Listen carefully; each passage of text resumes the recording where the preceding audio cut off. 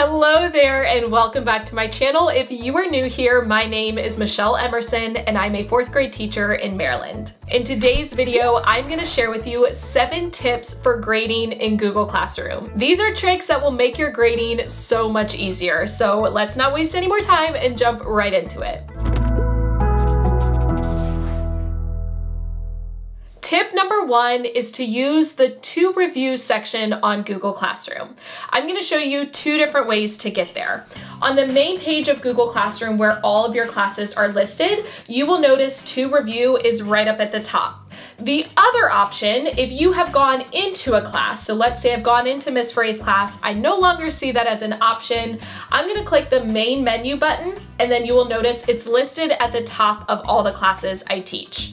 Once I click on that, it's going to open up a list of every assignment for every class that I teach. Obviously, that can be a little bit overwhelming, especially if you teach multiple classes. So you can streamline it and look at just one class at a time. Up at the top, there is a drop down, and this will show you all of the classes you teach. So you can select just one class and it will limit the assignments to just that class. What I really like about this section of Google Classroom is that for every assignment, it's going to show me how many students have turned it in, how many students have not yet turned it in, and how many I have graded and returned to my students. You will notice there is a column for each. So there's a column for turned in, a column for assigned, and then a column for either returned or graded.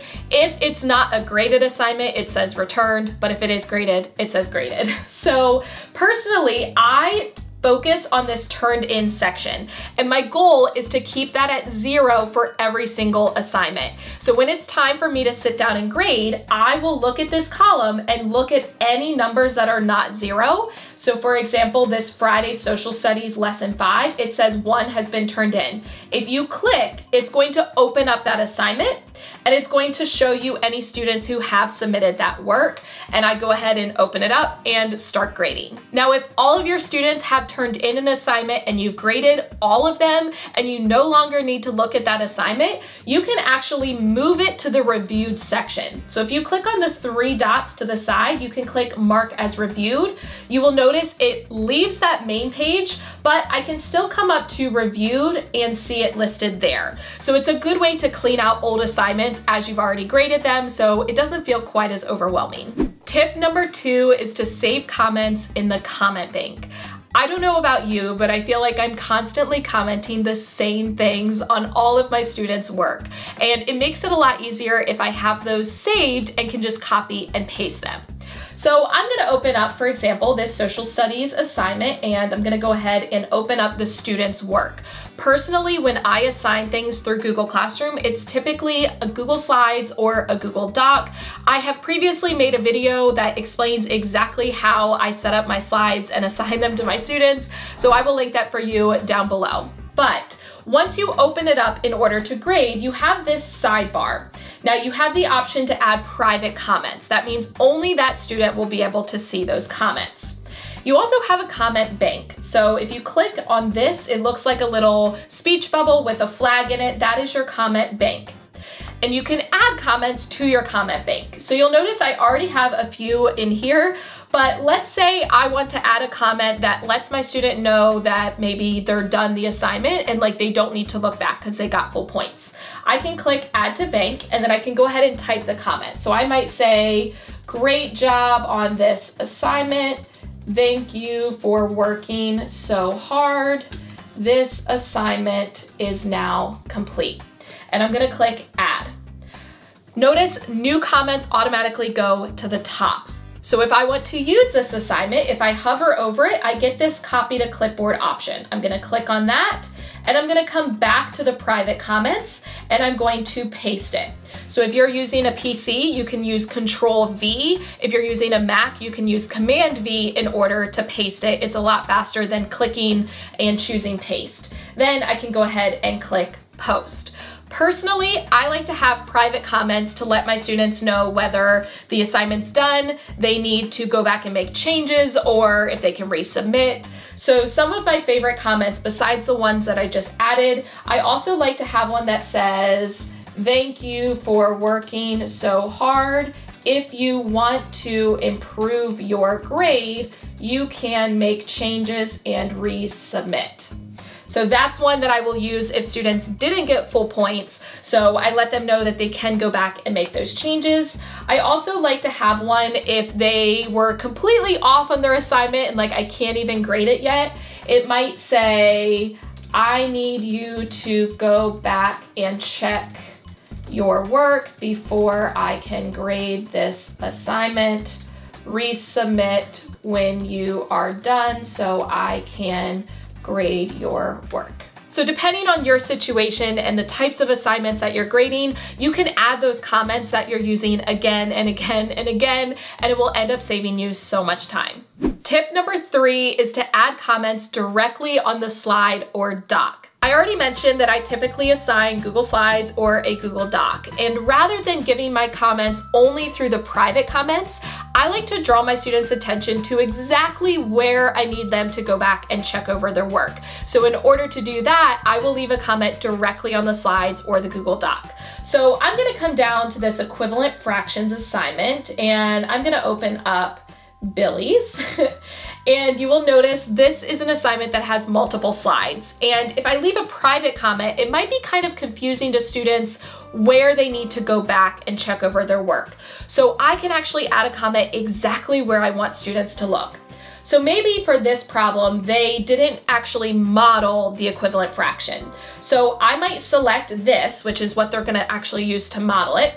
And I'm going to right click and choose comment. You will notice there also is a shortcut. So on a Mac, it's Command plus Option plus the letter M, and it will bring up the comment option. I believe on a PC, it's like Control Alt M, but don't take my word for it. You can probably Google it and find it.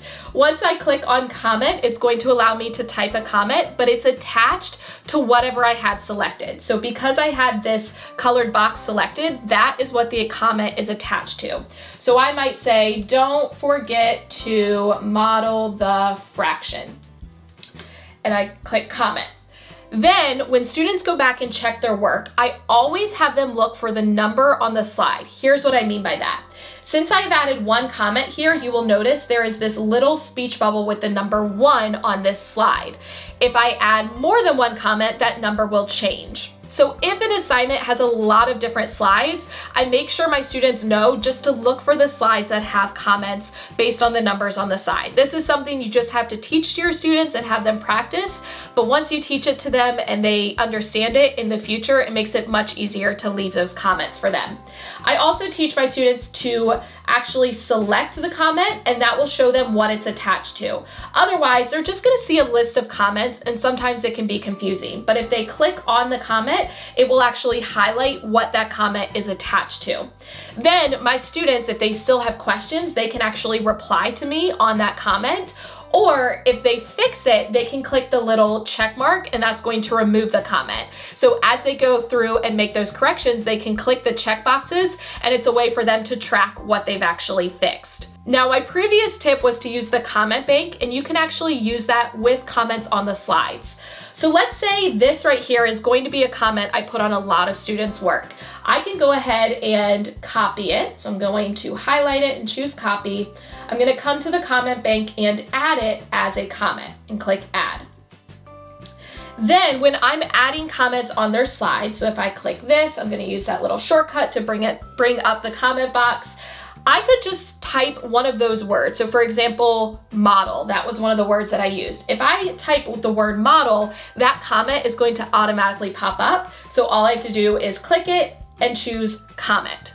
Now, obviously, if I'm using this comment, I can also copy and paste it, but it might be easier just to type a keyword and have it automatically pop up. You also will notice now that it has 2 comments, that number up here has changed to a 2. So it's a really easy way to drag your students' attention to the areas they need to fix. And then for the private comment, I might say, go back and check the slides for comments in order to correct your work. Tip number 4 is to create Rubrics. This makes it so much faster to grade, especially if an assignment has a lot of different parts to it that you're trying to grade. I'm going to show you how to do this. I'm going to come to classwork and choose create and then choose assignment. Let's say this is some sort of a writing assignment. I'm going to title it writing assignment, and I put the directions, I attach the Google Slides or Google Doc, whatever it is that they're using. I'm gonna go ahead and adjust the points. Maybe this is going to be out of 9 points. I can do the due date and the topic, all that. In order to add a rubric, I'm gonna click on the rubric button, and I have 3 options. I can create a new rubric, I can reuse a rubric, or I can import a rubric that I've already created on Google Sheets. Personally, I just create my rubrics within Google Classroom, but if you already have some through Google Sheets, it might be easier to do it that way. I'm gonna choose create rubric, and it's going to bring up a new window. You can add your different criterion. So maybe one is going to be grammar. Then you can add a description of that criterion if you want to, or you can leave it blank. Then you can choose your different point levels. So maybe I'm gonna start with 0 points, and this is going to be student did not demonstrate command of grade level conventions. I've only taught writing like 1 year in 4th grade, so I'm not good with all of this, but then I can add a new level. So maybe this one is gonna have 1 point, and this is going to be student demonstrated some command of grade level conventions. I can add 2 points, is going to be student demonstrated command of grade level conventions with some errors.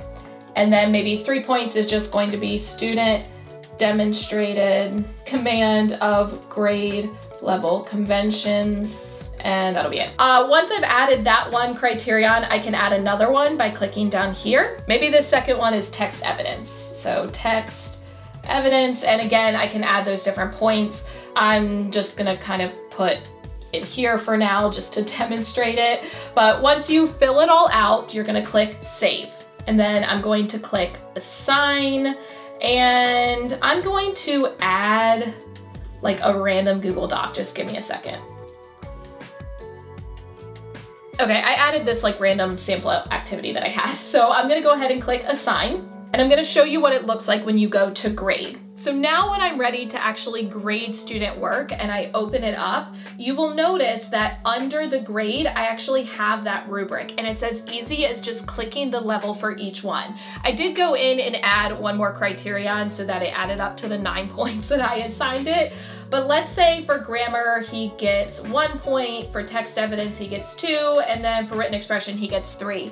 As I click on those levels, it's going to automatically calculate his grade. So it makes it so much easier. Instead of going through and trying to look at the rubric and adding it up, you can literally just click how many points they got for each section of the rubric, and it automatically adds their grade. This is especially helpful if you have rubrics that you are constantly reusing. So maybe you have a narrative rubric that you always use. Maybe you have an informational text rubric that you always use.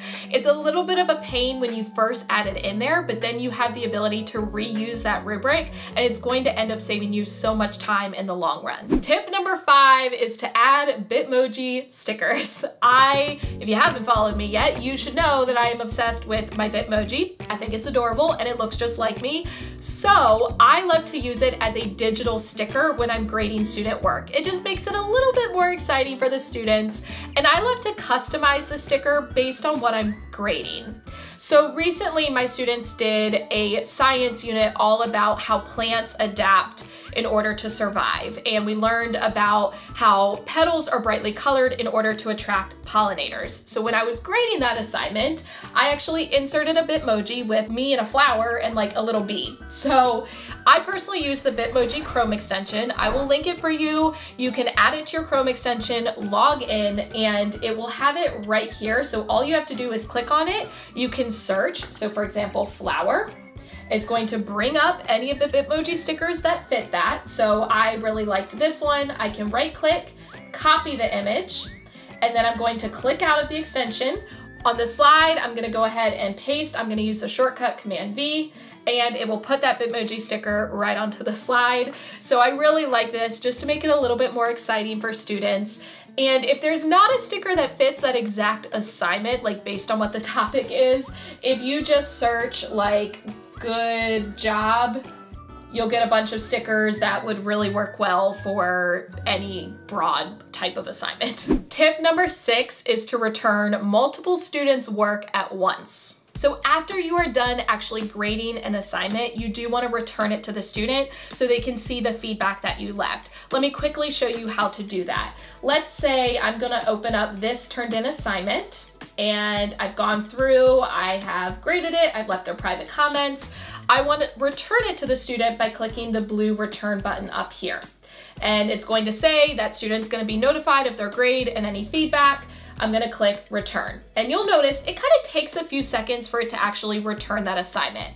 Rather than returning every assignment after you grade it. So I grade student 1 and then return it. I grade student 2 and return it. I grade student 3 and return it. That's going to be very time consuming. Instead, I can go through and grade students 1, 2, 3, 4, 5, and then return them all at once. So let me show you how to do that. I'm gonna go back to my review section, and I notice this assignment has 2 students who have turned it in. So I'm gonna click on that, and I'm gonna go ahead and just open up the first one. Let's say Billy on this got an 8. So I'm gonna put their grade in, and I'm gonna go ahead and copy a comment. I'm gonna let them know they can go back and check their work, paste it in there, post. Okay, I can use a little arrow key up here to go to the next student. It'll be a lot faster. Let's say I got a 9 out of 10, and I guess I've already put a comment on there. Oh, and a Bitmoji sticker, probably from a previous video. So I've graded that. Now, instead of clicking return, I'm gonna click the drop-down arrow, and I'm gonna choose return multiple submissions. It's going to automatically select any of the submissions that I've already graded, but you can change that based on your needs, so you can uncheck or check ones that you need to return. But once I have them all selected, I'm going to click return. Then it's going to take a little bit longer than it would just to return one, but it is still faster than returning each one separately. Tip number 7 is to keep an ongoing list of missing assignments. Personally, I like to wait until most of my students have turned in an assignment before I grade it. Then I go through and I grade everyone who has turned it in, and I keep a list of any students who did not turn it in. So for example, if I give a math assignment, and let's say I give my students time during math class to get it completed, and let's say out of 25 students, maybe 18 of them have turned it in. I'll go ahead and grade those 18, I will return it to those students, and then I will make a list of those 7 students who have not yet finished that assignment. I actually keep this list separate outside of Google Classroom. I use something called KETCHUP and PICKLES. This goes back to when I taught 2nd grade. KETCHUP is students who need to catch up on their work, and then PICKLES are any students who have caught up on all of their work and they get to pick a fun activity. So this is a great way to motivate my students to stay on top of their work. I actually have a freebie in my TPT store of slides that you can use for KETCHUP and PICKLES. So I'm gonna show you how I use those slides in order to track any missing assignments. Now, I've already downloaded this freebie, so I'm gonna go ahead and open up the folder. I do have PowerPoint versions and Google Slides versions, but personally, I do everything in Google Slides now. So I'm gonna open up the Google Slides, and I'm going to click in order to add a copy to my drive. I'm gonna click make a copy. Now this first slide is just an example for you, but you also have a few different options with the placement of the clip art or no clip art. So in order to maximize my space, I'm gonna choose the one without clip art. So I'm going to actually delete these other slides. On the KETCHUP side, I will make a list of the assignment and then any students who are missing it. So let's say one assignment was like Monday Math Lesson 15. That was the title of the assignment. I make sure I type the title exactly the same as how it's listed on Google Classroom. Underneath, I will list the students who are missing it. So for example, Billy and Michelle. I typically will bold the lesson title and then I will highlight it. That way it keeps it just slightly separated. Then I will keep this ongoing list. So maybe underneath I have lesson 16 and maybe only Billy is missing that one. And then underneath I have lesson 17. Let's see, maybe this one was Tuesday and then Wednesday. And maybe this time only Michelle is missing it. So I will keep that list. After I'm done grading on Google Classroom, I will go ahead and add that assignment to my Ketchup and Pickles slide. I will list out any students who are not done. And then when we have Ketchup and Pickles time during class, which is usually once, maybe twice a week, just depending on what our schedule is like, I will actually share my screen on Google Meet. I will be sharing this slide so students can see what they're missing. And as they turn it in, I will come to the slide and I will delete their name. So let's say Billy turns in math lesson 15, I will come to this slide and I will just delete his name off of it. So it's just a way for me to keep track of which assignments students are missing, so nothing really gets, you know, forgotten about, because sometimes with digital assignments, it's easy to forget about an older assignment, but still have students that are missing it. All right, that is it. Those are my 7 tips to help make your grading on Google Classroom much faster. If you have any other tips that I did not include, please leave a comment down below because I would love to hear it. Go ahead and give the video a thumbs up and hit the subscribe button and notification bell so you do not miss any future videos. As always, thank you so much for watching. I love you all so much. Don't forget to put your positive pants on, and I will catch you in the next one.